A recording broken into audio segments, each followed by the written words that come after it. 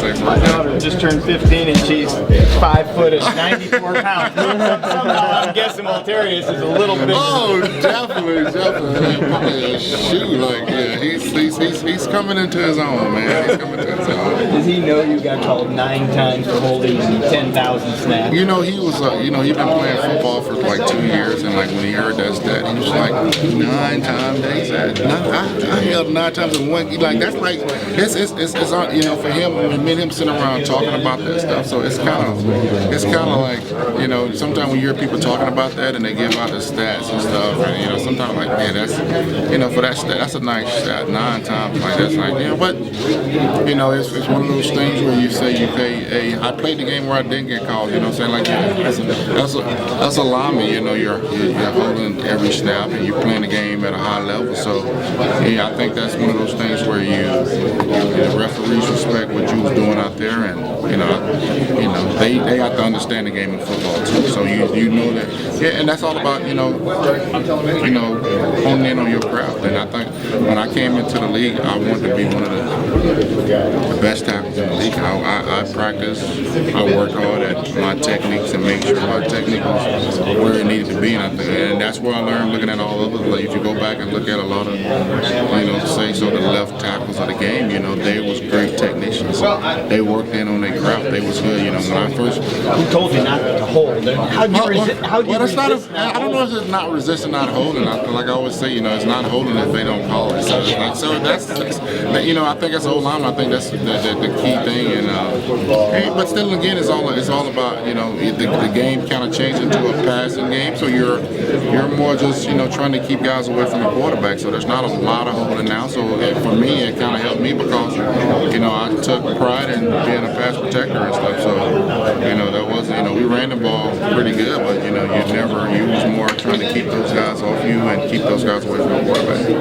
Well, the one you remember about Derek Brooks, it's so unique to have two of you going in from Florida State, but you obviously know him well. I know, man. It's amazing. It's amazing, man, just to be here with him, man, because he's so humble. You know, I think, you know, I don't know, he's pretty humble, and I try to be humble. You know, I'm still learning, you know, so I watch him, and I try to, you know, when I first got to Florida State and when I was getting recruited by Florida State, you know, he was the guy that was on the highlight reels, you know what I'm saying? Like, he was the guy that was making plays, and you go back and look at those highlights, and now you look at him in the pros, man, he was doing those same plays and making those same plays. So for me, man, just to say that I know that guy, and now that he's in the same class with me and from the same school, man, I just kind of, it helps. It's all like, it's kind of like a solid recruit, man. It's like, okay, go to Florida State, man, because that's where, hey, you know, so for me and him to be, you know, Hall of Famers and in the same class is amazing, man. It's a great, you know, one of those guys that you enjoy talking to, man, and being around. Thank you. Thank you. Let me introduce myself. Elwin Williams, Mississippi Sports Hall. How you doing? How you doing? Mississippi. How'd you end up in Holmes Community College? Holmes Community College. How I ended up in, what happened with Holmes Community College? I had when I was playing football, I started. What happened to me? I had to do the recruit situation where I had to, you know, I kind of said the schools that I wanted to go to, and when, you know, everything came down, you know, it came down to my test scores and stuff like that. So Florida State was like, well, if you get your test scores up, you can do this and do that, and then like, well, you might have to do the junior college route. So they was like, I said, well, okay, well, I'll do the junior college route. And So you went to I went to Holmes Community Goodman. in Goodman, Mississippi. What happened was I walked in, and the coach, I don't know if he saw any tape or not, but when I walked in, he said, I got your scholarship. And I was like, okay. I was going to 2 schools that day. I was driving down to 2 schools that day. I was going to Holmes Community College and Jones Community College. So Down in Laurel. exactly. At Ellisfield, actually. Exactly. So what happened was I was going that morning. I was going into to see the coach. I went and saw that coach. As soon as I walked in the door, I probably talked to him for 2 minutes. He said, what else you got planned for the day? I said, well, I'm leaving here and going down to Jones Community College. He said, well, you don't have to go down there because we're going to hand you a scholarship today. So I signed a scholarship that day. So I was like, And that was the beginning of that was the beginning of it. That was the, you know, it was exciting because that was my, you know, you work so hard, and you know, at that time, you know, they had like out of state guys, so you know, you had probably about 6 or 7 guys that was out of state. You you know, that they had to stay on campus. So we were so excited because a majority, the 6 guy was probably, you know, they was going to a D1 school, so they was there, you know, and still again we had to celebrate like we had a scholarship. You know, we didn't care that it was a junior college. We just was like, oh man, we kind of like fulfilled one of our dreams to get a scholarship, and we had our scholarship, and you know, being there at home was the best time. I mean, those 2 years was great. We didn't do good football-wise, but it was great to just be able to say I got a scholarship and I was able to go out and hone in on my skills.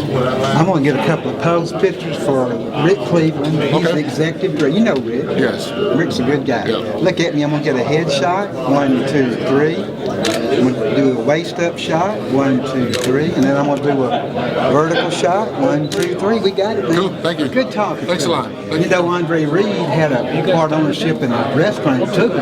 Oh, okay. Did you know that? Yeah, I didn't know that. Yeah, and of course Ray and I went to school together at 7. I'll be talking to you during the weekend. Thanks a lot. See you later, man. Thank you. Hey, well, congratulations. Thank you, man. Rarely do, I'm a former running back, so I owe everything to you guys. But first, rarely do you see teams run weak side a lot. Yeah. You guys ran a weak side a lot in Seattle, and that says a lot about your ability to run.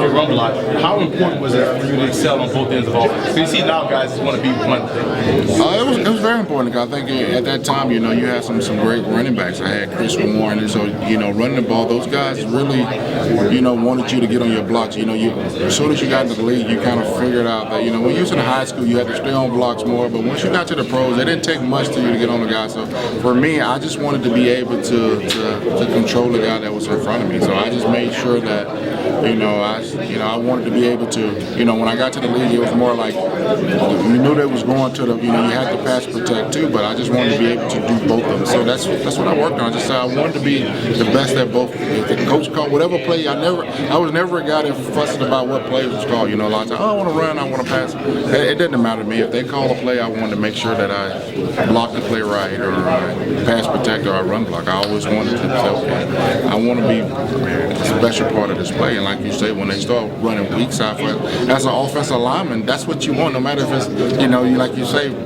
before then you was more. And for me, I think I had that mentality. Like I want to block too. You know, you always cut off the backside, but then when you start going weak side, it's almost like for an offensive lineman, that's your play call. Like okay, they call, you know, you're doing everything for every play, but then when you get your play get called from the left, you're like, okay, this I'm getting my name, I'm getting called out, so I got to make sure I get my block in. So that's something that you learn and you want to be a part of.